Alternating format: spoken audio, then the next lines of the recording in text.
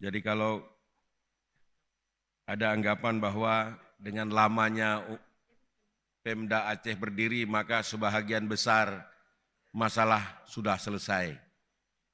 Selama makhluk itu masih hidup, masalah tak pernah selesai. Ingin masalah selesai, silahkan mendahului ke alam baka.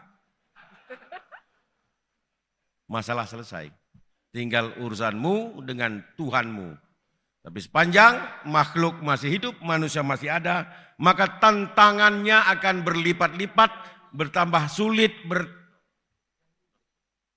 Oleh karenanya, tentu masa depan yang Aceh yang paling utama, pertama sekali tinjau dari sisi hari ini adalah penerapan syariat Islam di Aceh. Ini laboratorium bagi Indonesia. Laboratorium bagi Indonesia. Kita menerapkan syariat Islam, tapi mata dunia, mata Indonesia melihat Aceh yang sudah menerapkan Islam, lihat kemajuan negerinya. Berubah enggak akhlaknya? Berubah enggak sopan santunnya? Berubah enggak ilmu pengetahuannya? Berubah enggak ekonominya? Berubah enggak tutur bahasa? Berubah enggak peradabannya? Kalau penerapan syariat Islam justru menurunkan peradaban, ada yang salah soal penerapan syariat Islam. Karena syariat Islam akan mengarahkan, akan menggait kita kepada peradaban yang tinggi. Mari sama-sama kita pelajari, kita kaji. Peradaban yang kita bawa ini adalah peradaban yang Islami, sesuai dengan daerah yang menerapkan syariat Islam. Makin lama peradaban makin tinggi, makin tinggi, makin tinggi. Tutur bahasa makin memperhitungkan perasaan orang lain. Bahasa ini digunakan bahasa yang santun. Tak perlu memukul kalau kita masih bisa menyindir. Tak harus bertempur kalau kita masih bisa berdiskusi. Tantangan inilah yang sungguh berat, yang terus harus kita perjuangkan di negeri yang menerapkan syariat Islam ini.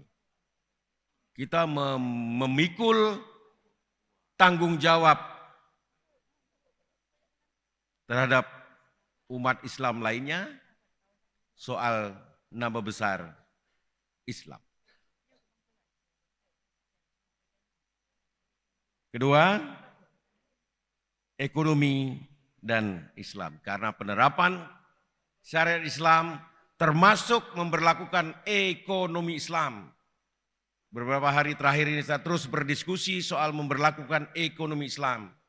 Ekonomi Islam tujuan utamanya yang paling utama adalah memberikan kesempatan kepada seluruh rakyat ikut serta dalam usaha-usaha ekonomi.